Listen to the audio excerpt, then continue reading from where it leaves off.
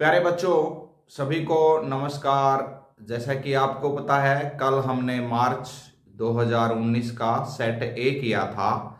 आज हम मार्च 2019 का सेट बी के क्वेश्चन 1 से लेके 8 तक करेंगे। मुझे पूर्ण विश्वास है कि आप मेरे साथ साथ इन मॉडल टेस्ट पेपरों को सीख रहे होंगे, जो कि आपके अंकों में अच्छे अंक लेने में काफी मदद करेंगे।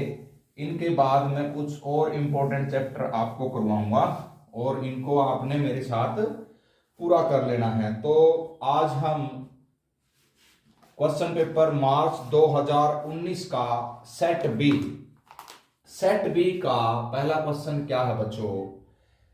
0.104 को पी बटा क्यू के रूप में व्यक्त करना है।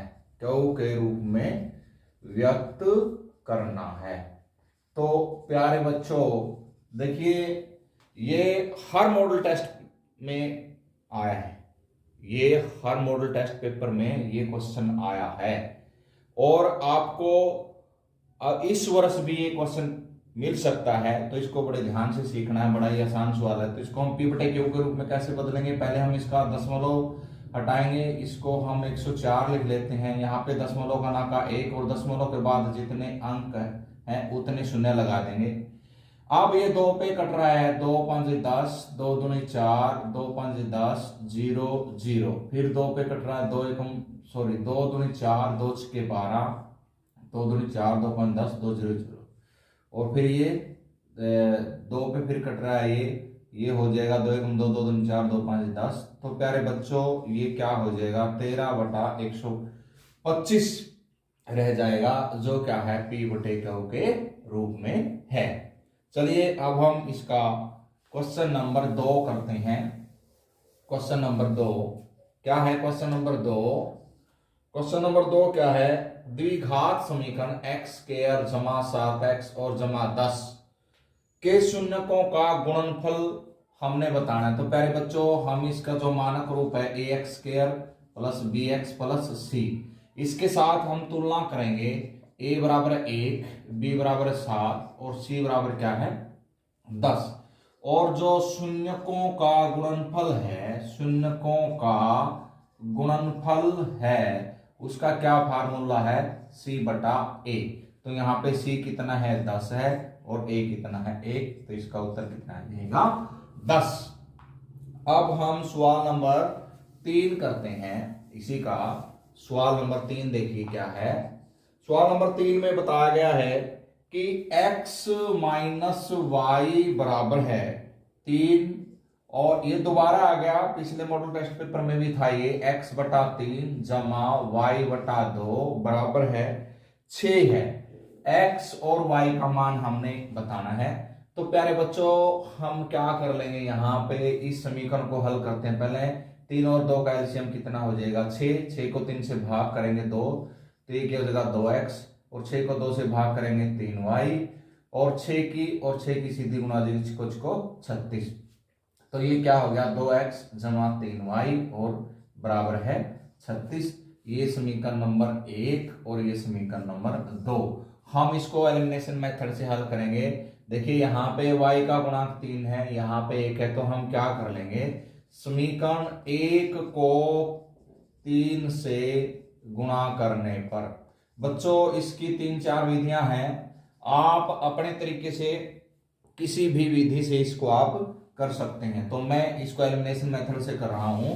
3 से गुणा करेंगे तो क्या हो जाएगा? 3x माइनस के 3y और 3 3 9। अब हम इस समीकरण को लिखेंगे 2x जमा 3y बराबर है 36।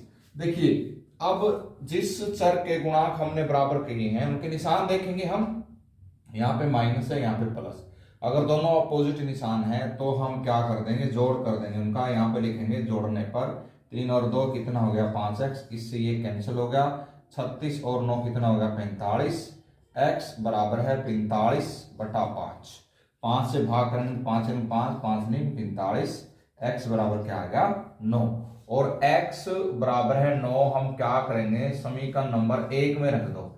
1 में रखने पर क्या हो जाएगा, x माइनस वाई बराबर है 3, x बराबर क्या होगा 9 माइनस के y बराबर है 3 माइनस वाई बराबर है 3, 3 में से माइनस 9 गया माइनस के y तो माइनस के 6, माइनस से माइनस कैंसल तो y बराबर क्या आ जाएगा 6। तो प्यारे बच्चों ये था हमारा तीसरा सवाल, x का मान कितना आ गया 9 और y का मान कितना आ गया 6। आप अपने तरीके से भी इसको किसी दूसरे मेथड से भी कर सकते हैं। अब देखिए सवाल नंबर 4, सवाल नंबर 4 क्या है, सवाल नंबर 4 कोई एपी दी गई है। सवाल नंबर 4 में -3 -1/2 और 2 एपी का, इस एपी का 11वां पद बताना है हमने। बड़ा ही आसान सवाल है ये। देखिए यहाँ पे प्रथम पद क्या है -3 और इसका जो सारावंतर वो क्या हो जाएगा -1/2 में से दूसरे पद में से पहला पद घटाएंगे तो -3, ये क्या हो जाएगा -1/2 माइनस माइनस प्लस 3, 2 लघुत्तम आ गया -1, 2 तिया 6, 6 में से 1 गया 5/2। तो किसी भी पद को बताने के लिए क्या फार्मूला होता है, ए एन बराबर है ए प्लस का n-1d। यहाँ पे n क्या है 11 है, ए क्या है यहाँ पे -3 है, यहाँ 11 -1 और डी कितना आया है 5/2। इस फार्मूले में हम वैल्यू रख देंगे n की, a की, n की और d की। तो ये क्या होगा -3 और 11 में से 1 गया 10 गुणा 5/2, 2 पंजे 10, ये क्या हो गया -3 और 5 पंजो 25, 25 में से 3 का कितना 22। तो 11वां पद क्या हो जाएगा 22। तो प्यारे बच्चों आपको ये समझ में आ रहे होंगे सवाल। सवाल नंबर 5, सवाल नंबर 5 बड़ा ही आसान है, समझाने को मन नहीं कर रहा फिर भी मैं करवा देता हूं आपको। सवाल नंबर 5 क्या है, एक एपी दी हुई है -5 -1 3 और 7, एपी का सारावंतर बताना। बड़ा ही आसान सवाल है। सारावंतर कैसे बताते हैं हम, सारावंतर को डी से भी दर्शाते हैं दूसरे पद में से। चलो मैं इसको एक बार ऐसे लिख लेता हूं a2 -a1, दूसरे पद में से पहला पद घटा देते हैं, या कोई भी दो लगातार पद ले लीजिए, दूसरे पद में से आप पहला पद माइनस कर दीजिए। यहाँ पे -1 है, -5 है, -1 और ये प्लस का 5 हो जाएगा, तो 5 में से 1 गया 4, तो इसका सारावंतर कितना हो जाएगा 4। बड़ा ही आसान सवाल है प्यारे बच्चों। मैं बार बार हर वीडियो में कहता हूं भाई ये इन खालिस्तानों में से हर पेपर में एक खालिस्तान पक्का आएगा। ये सवाल नंबर 6 दे रखे है, सभी वर्ग, सभी, ये पीछे भी आया था, सभी वर्ग खालिस्तान होते हैं। ये तो आपको रटा हुआ होना चाहिए। सभी वर्ग क्या होते हैं, समरूप होते हैं। इस सवाल में 2 ऑप्शन दिए हुए हैं, समरूप और क्या है सर्वांग सम, सर्वांग सम। तो प्यारे बच्चों ये क्या है समरूप है। सभी वर्ग क्या होते हैं समरूप होते हैं। सर्वांग सम क्या होते हैं, जब किन्हीं 2 वर्गों की सभी अंग है जो आपस में बराबर हो तब वो सर्वांग सम होते हैं। अगर एक जैसी शक्ल के हैं तो वो क्या होते हैं समरूप होते हैं। ये बड़ा ही आसान सवाल है, हर क्वेश्चन पेपर में आता है ये। अब सवाल नंबर, देखिए सवाल नंबर 7, ये भी लगभग हर क्वेश्चन पेपर में आता है। ये क्या कह रहा है भाई, जो त्रिभुज ABC है वो समरूप है त्रिभुज किसके DEF के, और अक्षेत्रफल दे रखा है त्रिभुज ABC का अक्षेत्रफल क्या दे रखा है 64 सेंटीमीटर स्क्वायर, और जो त्रिभुज DEF है का क्षेत्रफल क्या दे रखा है 121 वर्ग सेंटीमीटर, और EF क्या दिया हुआ है 15.4 सेंटीमीटर, और क्या बताना है BC बताना है। BC हमने क्या करना है बताना है। तो प्यारे बच्चों एक बार मैं यहाँ पे त्रिभुज बना लेता हूँ। ये त्रिभुज है, देखो ये त्रिभुज ABC, ये त्रिभुज DEF, ये इसके समरूप है। इसका क्षेत्रफल है 64 वर्ग सेंटीमीटर, इसका 121 वर्ग सेंटीमीटर, और इसकी जो ई एफ है भुजा वो कितनी है 15.4, और ये बतानी है इसकी संगत भुजा बतानी है।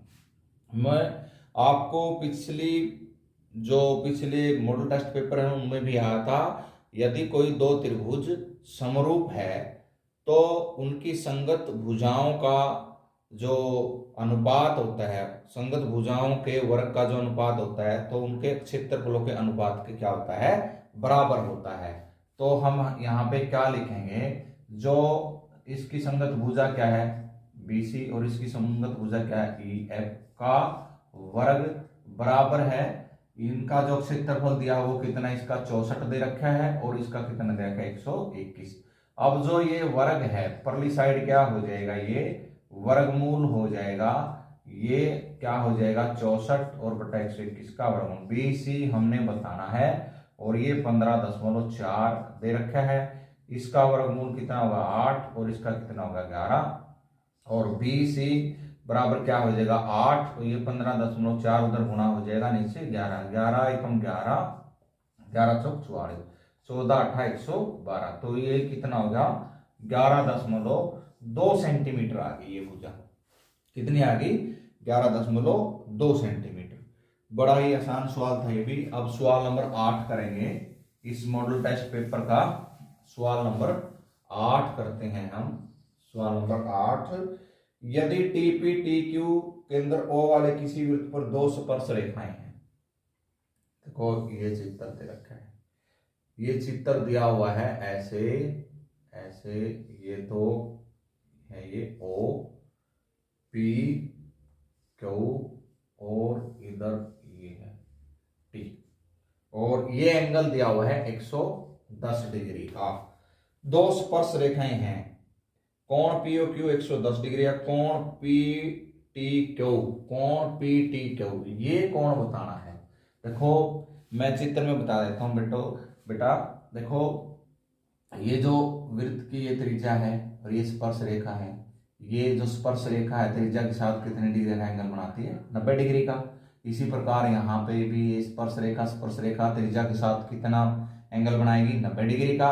और जो PTQO है ये क्या है, एक चतुर्भुज है, तो हम यहाँ पे लिखेंगे चतुर्भुज POQT में एक एंगल 90 डिग्री का, एक एंगल 110 डिग्री का, फिर तीसरा एंगल कितने का 90 डिग्री का, और एंगल PTQ हमने बताना है। तो चतुर्भुज के चारों कोणों का योग कितना होता है 360 डिग्री होता है, और ये कितना हो गया 290 प्लस कोण PTQ बराबर 360 डिग्री।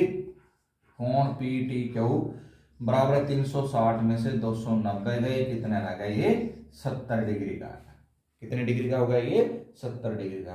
तो प्यारे विद्यार्थियों, मुझे पूर्ण विश्वास है आपको ये सवाल समझ में आ रहे होंगे। वीडियो देख करके कमेंट बॉक्स में आप कमेंट जरूर दिया करें कि सर आपके सवाल समझ में आ रहे हैं या नहीं आ रहे हैं। और उन बच्चों का बहुत बहुत धन्यवाद जो बहुत सारे दूसरे बच्चों को अपना चैनल जो सब्सक्राइब करवा रहे हैं।